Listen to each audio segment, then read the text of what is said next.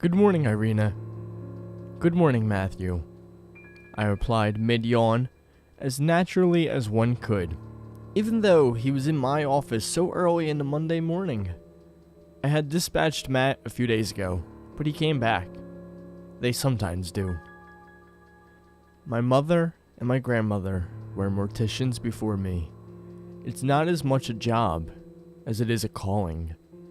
You have to wake up in the dead hours of the night, offer a shoulder for the family to cry on, take care of the body, and, most importantly, help the crossing of the soul. You have to deal with a lot of sleepless nights and grieving people, things that most tend to avoid. I don't.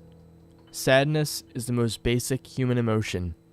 I don't feed it, but I embrace it, and I do my best to help others do the same. People assume that I am a somber person who prefers the company of the dead rather than the living, but it's not true. I'm a people person, an extrovert, and have been accused countless times of being a delightful person in my private life. It's just that the dead have their unfinished business, and I learned pretty early that not everyone can help them, but I can. No matter how much we take care of their bodies, hold solemnities, and make them look good for their last goodbye, sometimes they just won't go to the damn light permanently. Not until someone solves what is bothering them. Or else. I have retrieved family treasures, sent letters, and even fed dogs that otherwise would be forgotten. But Matthew Ferguson's mission for me was not something that could be taken care of in one afternoon, no matter how easy it sounded at first. Irina, I need you to retrieve a clock for me. A clock? Why the hell would you postpone eternal rest for a clock? My ghost friend rolled his eyes. It's a special thing, Irina. It's cursed. I sighed. I had a long night taking care of an old couple that died a few minutes apart from each other, said a few comforting words for a huge family, then went to my small, cluttered office to do the paperwork. I'm not sure I'm the most qualified person to deal with curses, I said casually, putting on my reading glasses and signing a stack of paper whose content I knew by heart. The ghost stared at me seriously, but then his face relaxed on a smile. You weren't my first option either, girl. Matt had died on his mid-50s in a car accident. He was a fatherly type, with light gray eyes and a gentle demeanor. His ghost looked good. I had worked hard to make his snapped neck seem normal for the funeral. No matter how grumpy I was being, I wanted to help him. Okay, I'm gonna need more than that. What does it look like? It's a bronze pocket watch. It's beautifully engraved, but not particularly valuable. Been in my family for generations. When it stops, the owner dies. No need to worry about that now, right, Maddie? I joked. My job comes with a dark sense of humor to help you put up with death. No, I get it. The ownership goes to a member of your family. To my son, to be precise. Always the first son of the first son. I was mugged a few days before I died, and I begged the guy not to take my watch, but he did. I was looking for it when the accident happened. I bit my lip. I'm so sorry, Matt. I really am. It would be great if that asshole became the new owner and died. Oh, we tried to transfer the ownership so many times. It always comes back to us. Always. It's a burden for us to carry alone. Hopefully, not so alone. I patted his semi-immaterial shoulder. I had to make arrangements to have other people cover for me, but they were used to it. Obviously, my coworkers didn't know about my missions, but they knew I sometimes had to leave unexpectedly. The funeral director, however, was an old man that worked with my mother before me. He knew about my family's special abilities, so I could come and go as I needed. Less than 2 hours later, I started my search. I live in a big city, so it was worse than looking for a needle in a haystack. I went to every pawn shop and antique, to those places that buy jewelry made of gold and silver for a fraction of the price, and even talked to a few shady contacts to look for a man Matt had described as the robber. It was all to no avail. The search took me days, and I did nothing else during that time. I barely ate, and I only took showers because I was sweaty after moving around the whole day. When I couldn't think of specific places to go, I would simply roam the streets, waiting for an unlikely coincidence. I had night terrors whenever I tried to sleep. I dreamt of Matt's son, a guy in his late 20s with the same gentle face. Every night he got worse. On the first night, I saw him waking up, coughing so much that his whole body shook. He got up in the dark, staggering to the toilet and puked. He then fell asleep again on the bathroom floor, too weak to get up. On the second night, his sickness got worse. He couldn't get up from the bed, and his wife had to put a bucket on his side of the bed so he could throw up in it. I didn't see myself in the dream, but I knew she was looking at me. Her eyes were bloodshot from crying. He's all I have, Irina. It's your fault that he's going to die. I woke up screaming that I was sorry. The third night, I didn't sleep, keeping myself up with after cup of hot coffee. I was used to being up all night when the mortuary was busy. It was no big deal. I wasn't used to this amount of caffeine, but other than the tremble of my hands, it was okay. It was okay, I told myself. Matt's son was presumably going through worse than that. Still, I must have dozed off for only a moment, and I saw him again. He was pale and unnaturally thin, the outlines of almost all his bones visible. Despite being a dream, I felt an awful smell, like he was decomposing while still alive. He reached for the bucket and vomited blood. His sclera was yellow, and his eyes were just slightly bigger than they should, enough to send shivers down my spine. He looked at me with those abnormally wide eyes and said, "Help me," many times, in a voice that was too rusty and slow, like he was glitching. That day, I searched for the pocket watch with more resolve than ever. My feet were bleeding from walking too much when I got home.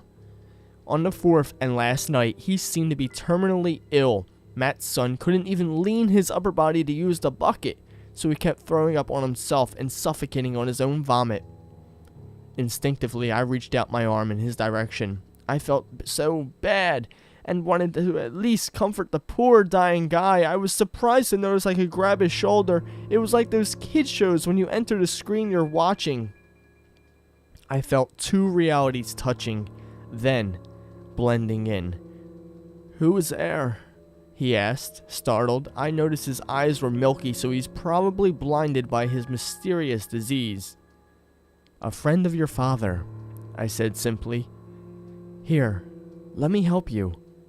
I slept the whole night, dreaming of helping the poor guy, cleaning him and making sure he didn't choke. I tried to talk to him and be reassuring, but he was too weak to reply much more than a thank you. He was a pitiful sight. Scary even. But I had seen worse and was used to it. You know, not everyone I deal with dies from old age. Far from it. "Please, God, don't let him go. Let me help him," I silently begged, while staying by his side like a thoughtful nurse. I woke up feeling tired, but peaceful.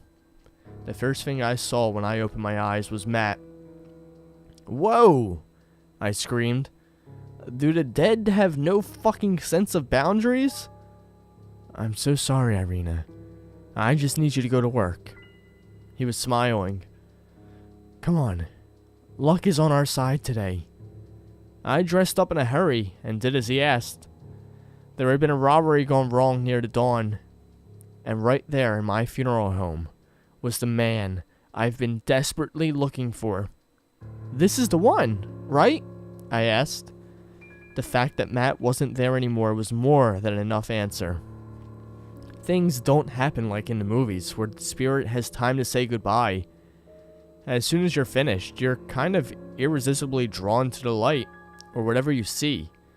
I never died myself, to be sure of it. In fact, Matt was lucky he knew where to go to deal with his unresolved business, and went to see me as soon as he regained his consciousness on the other side. Not everyone gets this opportunity. The more you stay on Earth after you die, the more you start to get sucked to somewhere else. Somewhere bad. Obviously it wasn't so easy, but after a few hours and promising many favors to the forensic morgue technicians I know, I was able to retrieve the clock. I was still in the morgue building, but the scenery around me abruptly changed as soon as I held the old watch in my hands. I was back to my childhood. A terribly hot day at my uncle's farm. I hated going to that place, but my mother said she needed to blow off some steam from living in the city. I walked around the farm, watching the small stream meandering through the property, then the treehouse my cousins always asked me to visit, but I was scared of heights. Everything was too quiet. At first, I saw a dead cow, already surrounded by flies. I gagged, covering my nose. Then I saw my uncle, who's still alive to this day, and he had shot his own head. My aunt was holding her own throat, like she had died from suffocation. They both looked younger. I looked at my own hands and noticed they were small. They were also free. The watch was suddenly in my pocket. I entered the house feeling tiny and scared. My grandmother was the way I still remember her, but with a rope around her neck. Her ever-present glasses forgotten on the floor. I wailed. Seeing my other relatives was terrifying, but this was the most painful thing I could witness. I watched her dead body for a long time, then put her glasses back on. She would have preferred it that way, so she can read on the other side. My two cousins were in the kitchen, both heads shoved on the huge oven, the limp bodies bending in unnatural angles. I looked away, but then regretted it and did my best to put them back together like they were only sleeping. Their faces were burned, so I covered them with a clean dishcloth. I knew what was last, but I still prayed to be wrong as I opened the bathroom door. There was my mother with sliced wrist. She had tried to kill herself the same way when I was a baby after my father died.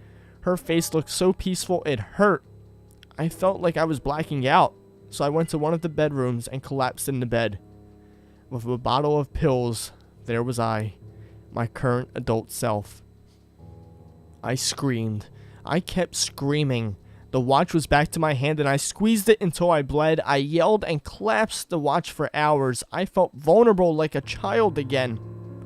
It took me a long time to realize no one was going to come help me, that I had grown and watched everyone I cared about die.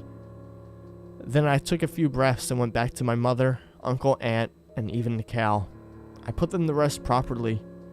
That's what I do, but it was the hardest thing I have ever done, and it took me forever to have the guts to do it.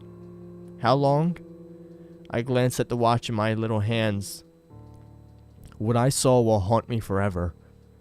I saw former ghosts infinitely falling on the blackest void of their despair and revenge. I saw people I had done my best to dispatch, not letting go of my petty details of their mortal lives, causing permanent damage to their immortal soul, being sucked to nothingness, becoming less than the ghost of a ghost. I was faced with my own mortality and helplessness. I don't know how else to explain it, but it gave me a terrible headache. Was I useless? I closed my eyes, begging that I didn't go mad. My eyelids stubbornly opened up on their own. This time, I saw infinite mercy and bliss. I caught a glimpse from the other side for the ones that followed the light. Familiar faces smiled at me. They didn't move their mouths.